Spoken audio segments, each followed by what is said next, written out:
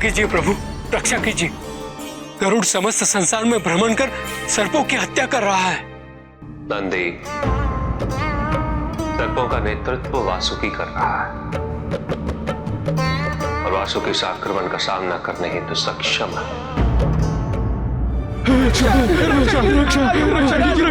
रक्षा कीजिए महाराज। तुम्हारी ये दुर्दशा किसने की है? नारायण के वाहन गरुड़ ने।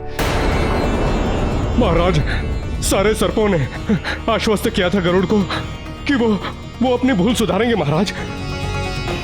किंतु गरुड़ किसी की नहीं सुन रहा है। वो सभी सर्पों की हत्या कर रहा है। उन सर्पों ने अराजकता अवश्य फैलाई थी, किंतु गरुड़ उसका दंड सभी सर्पों को दे रहा है। ये अनुचित है, अन्याय है ये। मैं तुम्हारी रक्षा करूंगा। कहाँ है वो?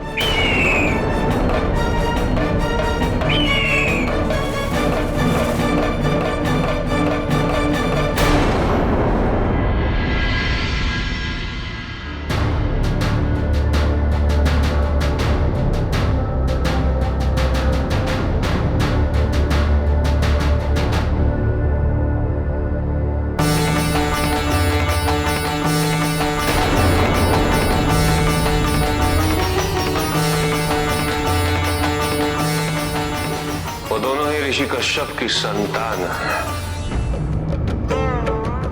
दोनों में वैमनस्य कारण नहीं। मुझे ज्ञात है प्रभु, किंतु कुछ सर्पों की दुष्टता का दंड सभी सर्पों को देना क्या ये उचित है? मैंने तुमसे पहले भी कहा है नंदी कि ये सभी सांसारिक समस्याएं और इनमें हस्तक्षेप करने की मेरी कोई इच्छा नहीं।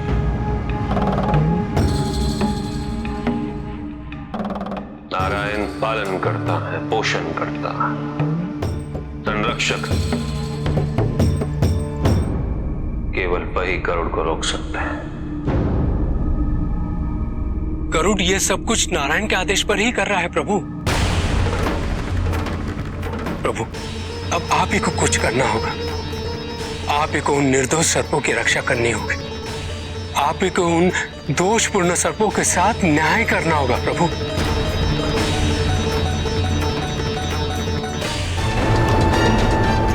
गरुड़,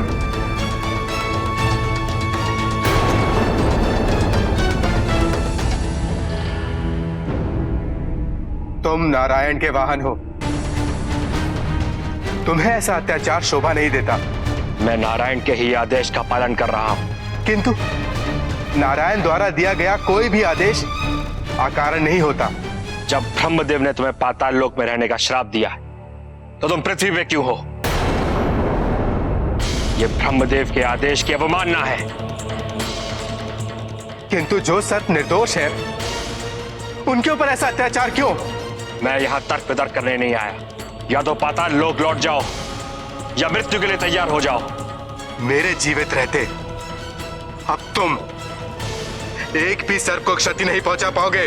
तो सर्वप्रथम अब मुझे तुम्हारे प्राण लेने होंगे।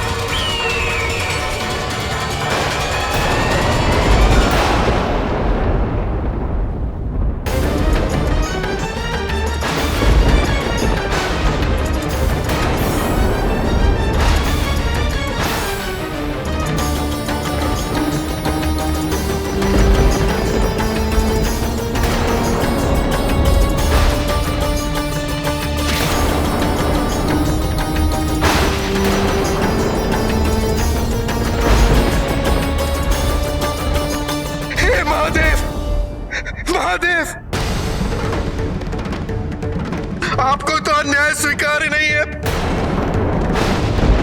तो फिर इन सर्पों की रक्षा में इतना विलंब क्यों? इतना विलंब क्यों? मेरी रक्षा कीजिए महादेव, महादेव मेरी रक्षा कीजिए, रक्षा कीजिए महादेव, महादेव।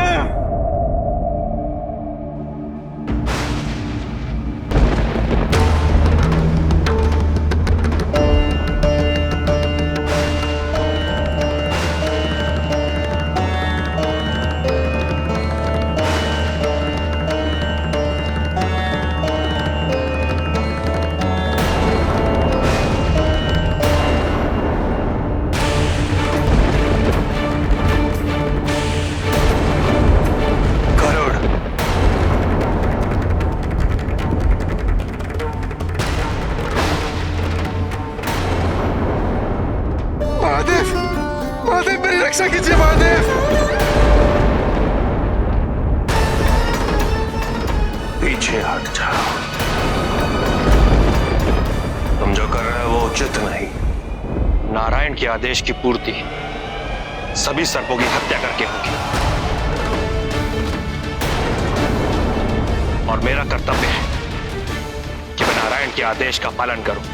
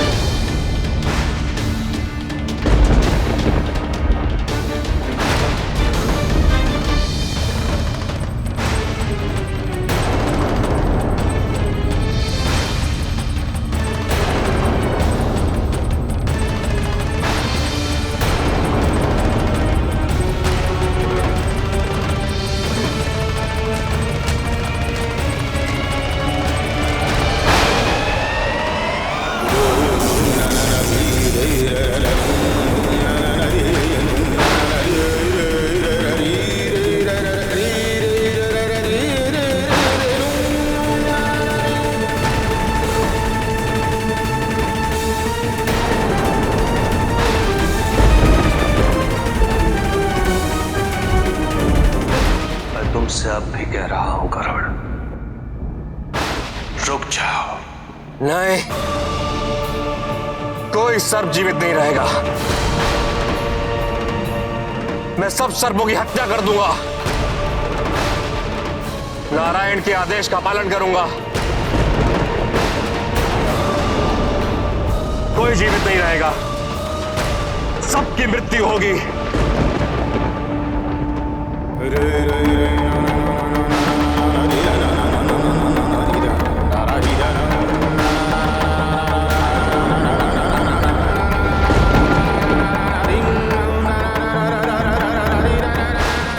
नारायण, नारायण रक्षा कीजिए,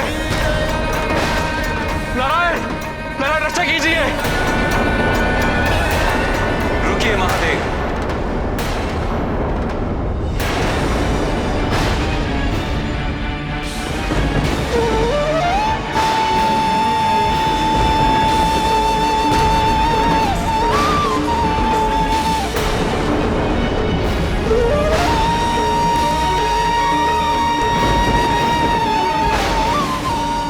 अपने आदेश का पालन करने हेतु मैं गरुड़ को आपके कोप का भाजन नहीं बनने दे सकता। गरुड़ मेरा वाहन है और मेरा भक्त भी, उसकी रक्षा करना मेरा दायित्व है।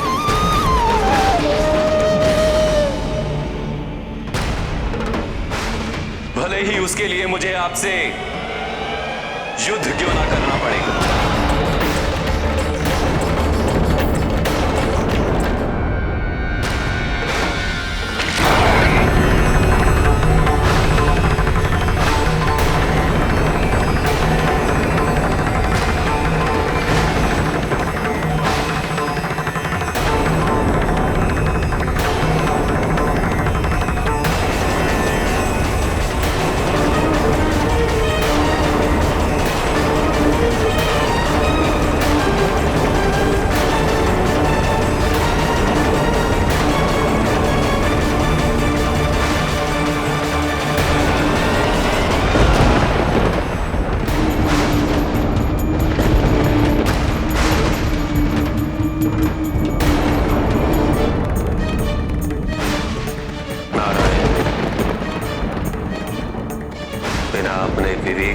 योग किए।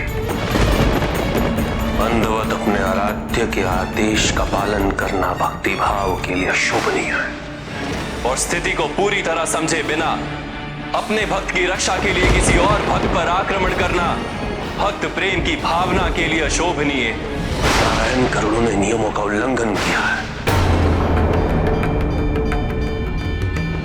निर्दोष सर्पों पर अत्याचार किया है। क्या यह अन्याय नहीं? जो सर्प इस समय पृथ्वी लोक पर भ्रमण कर रहे हैं वो सभी दंड के पात्र हैं, क्योंकि ब्रह्मदेव का आदेश त्रिदेव का आदेश है, आपका आदेश है, मेरा आदेश है, और त्रिदेव के आदेशों को ना मानना पाप है, अर्थात दंडनीय है।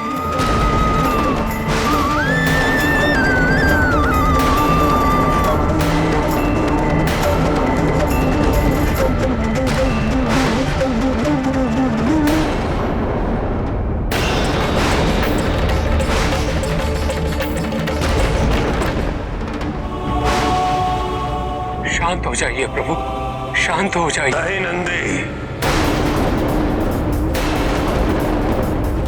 ब्रह्मदेव ने आदेश अवश्य दिया था नारायण कि सर्प पाताल लोक में वास करे, किंतु उसकी अवधि उन्होंने निर्धारित नहीं की थी।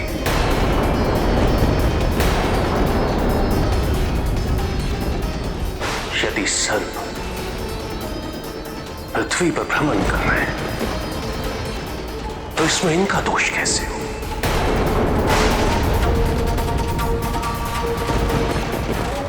ब्रह्मदेव जिन्होंने स्वयं सृष्टि की रचना की है, इन सर्पों की उत्पत्ति भी तो उन्हीं से हुई थी।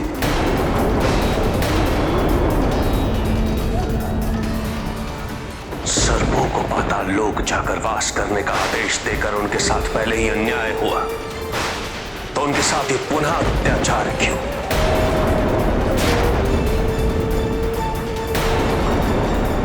केवल इसलिए क्योंकि वो वैशाली जीव है। न्याय अन्याय तो कर्म के आधार पर निर्धारित होता है महादेव। आप कदाचित ये भूल रहे कि इन्हीं सर्पों ने गरुड़ की माता को बंदी बनाने का छल किया था। सर्पों ने जो कुछ भी किया नारायण, उसके बल पर आप गरुड़ों को निर्दोष सिद्ध नहीं कर सकते।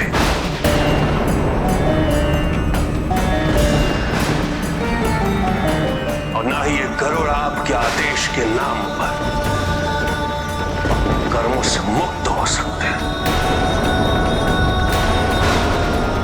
इससे परिणाम भुगतना ही होगा। कोई भी अपने कर्मों से विमुख नहीं हो सकता।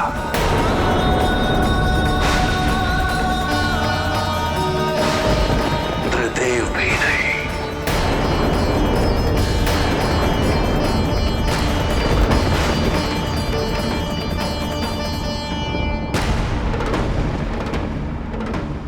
आप वो कीजिए जो आपको ठीक लगता है, मैं वो करूंगा जो मुझे उचित लगता है।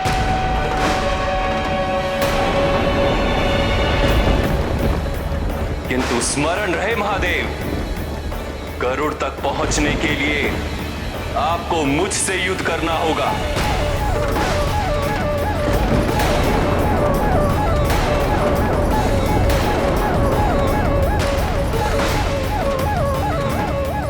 मुझे परास्त करना होगा। उचित है नारायण।